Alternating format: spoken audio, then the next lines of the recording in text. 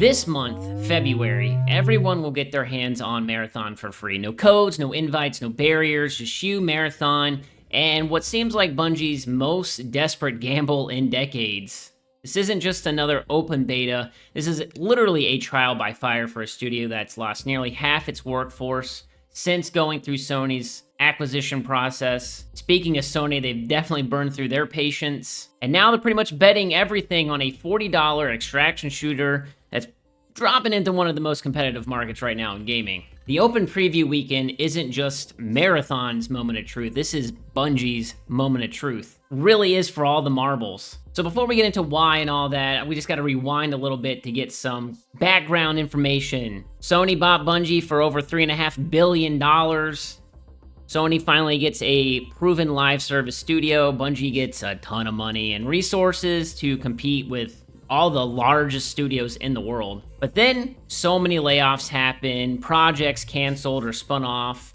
CEO is gone, reports from inside sources saying that Bungie was overpromising and they would not be able to deliver, coming off of Lightfall and everything. It was just not a good time. Now, if you want to stay up to date with Marathon content, make sure you subscribe. Trying to hit 25,000 subscribers this year. That would be a huge goal. And you can help me get there. Push the goddamn button! So if we do some digging into the numbers, the first round of layoffs seemed like 100 employees were laid off. Then another round happened and it was even worse, with numbers up to 220 people laid off and 155 people just sent over to Sony. So it looks like around 475 people, give or take, were affected by these layoffs. And if you believe the peak that Bungie had around 1,600 employees in 2023, and now they're around 850, that's like half the studio just gone. And what's really sad is that those layoffs were planned months before Destiny's final shape expansion even launched. Players did like the expansion. It was praised in the press and stuff, and Bungie delivered on the quality, but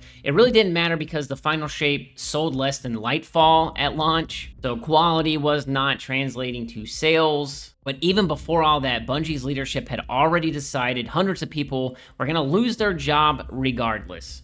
And why is that? Well, it's probably because Bungie had overstated their financial prospects to Sony. They promised revenue targets that they could never hit, and now Sony sits above them like a guillotine, getting ready to dissolve their board and install their own and take full control. CEO Pete Parsons stepped down, and honestly, the more I look into this, I'm pretty sure there's not a CEO position at all anymore. As far as I can tell, Justin Truman is the studio head, and if you know anything about like the corporate world and stuff like that, if you don't have a CEO, that kind of translate into you losing a lot of your independence. So it's not technically even corporate restructuring. This is like a studio literally fighting to survive. So that brings us to Marathon, a game that's been delayed indefinitely once already and whose entire identity had been questioned by people because of an art theft fiasco. It was supposed to launch in September 2025, but Bungie announced that indefinite delay, just saying we need more time. The alphas were rough. Critics and players agreed that the game just needed more time. The AI was basic. There wasn't any tension.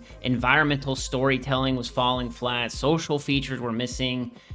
Pretty much everybody agreed, yeah, this needs more time. And Bungie or Sony, somebody listened, and they eventually locked in a new release date of March 5th, 2026. It does seem like they've doubled down on the dark sci-fi atmosphere. They've added prox chat, they've built a solo queue, introduced a rook shell for high-risk solo play, new maps. It looks like their art theft issues have been resolved as well, and things were looking up. Things were looking better, but better isn't good enough when you're charging $40 in one of the most competitive markets right now in gaming with, Arc Raiders launching at $40. It does prove that a premium extraction shooter model can work, but it also proves that players have options. There's already Hunt Showdown and Tarkov, and they all have loyal fan bases. And even with all that, Marathon isn't just competing with other games, other extraction shooters, other studios.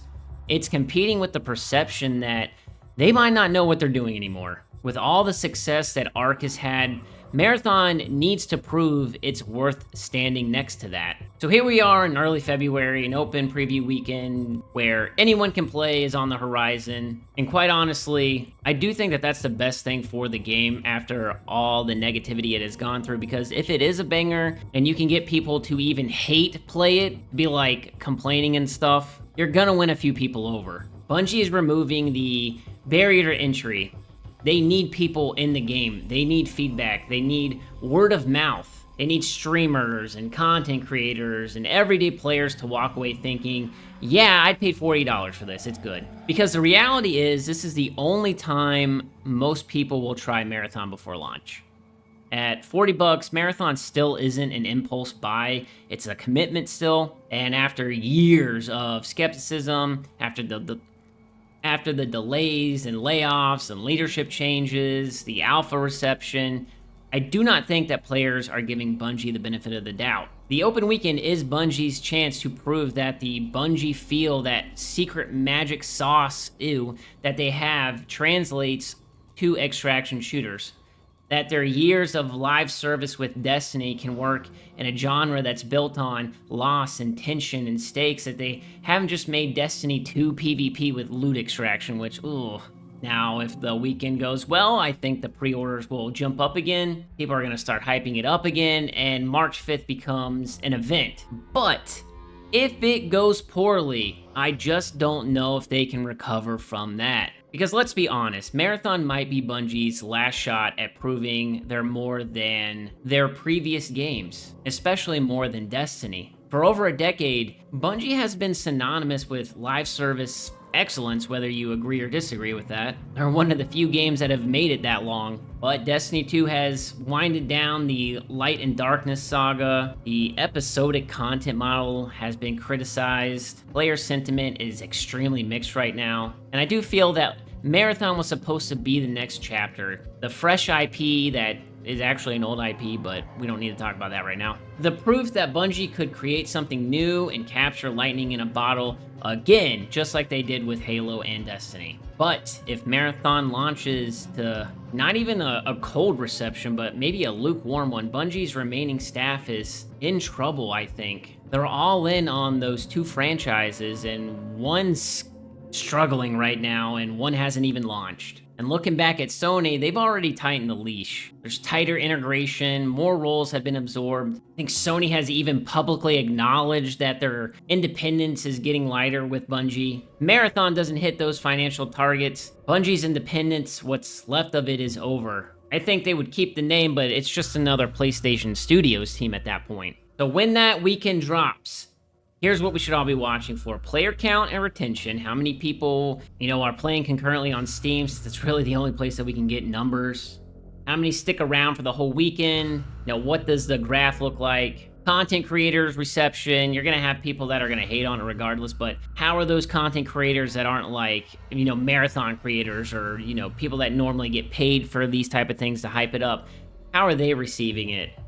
I do think that word of mouth is going to break this game. The community feedback, are people calling it, just another extraction shooter? Are they excited about what makes it unique? I know social media can be an echo chamber at times, but it's still important to kind of sift through all the noise to see what feedback people are really giving, and server stability, and if Bungie's infrastructure can handle this. They've had a ton of problems in the past with Destiny's expansions, so I am very worried, but we'll see what happens. And finally, does it feel like it's worth $40? Because I think that's the question every player is going to be asking themselves, and Marathon needs to justify that price tag, immediately. So normally, open weekends and stuff like that, they're kind of a marketing beat, but I really don't feel that way with Marathon. It really does feel like this is their last opportunity to kind of convince the wider gaming population that the game is good, that you will have fun, and that they are listening to feedback. Can Bungie create something new that resonates still? Can they survive under Sony scrutiny? Can they justify the faith that the remaining employees are putting in every single day after watching their colleagues lose their jobs? We are literally about to find out. So download Marathon when it goes live. You got nothing to lose. Give it a fair shot. Whether you love it or hate it or feel indifferent, you're really participating in whether Bungie gets to keep making games on their own or whether they just become another PlayStation studio with no autonomy left. I will be there. I have not gotten to play in any of the play tests. I'm so excited to actually play the game and see if it clicks with me. So I will be there that weekend. Marathon launches fully on March 5th, but the fate of the game will be decided earlier than that during one critical weekend where Bungie opens up the floodgates and the entire world finally gets to judge Marathon for themselves. Literally feels like Bungie's last stand, so let's see if they can nail the landing. Will you be playing Marathon during the open weekend? Let me know in the comments down below. If you're new to the channel, make sure you subscribe, and I'll catch you guys in the next one. Peace!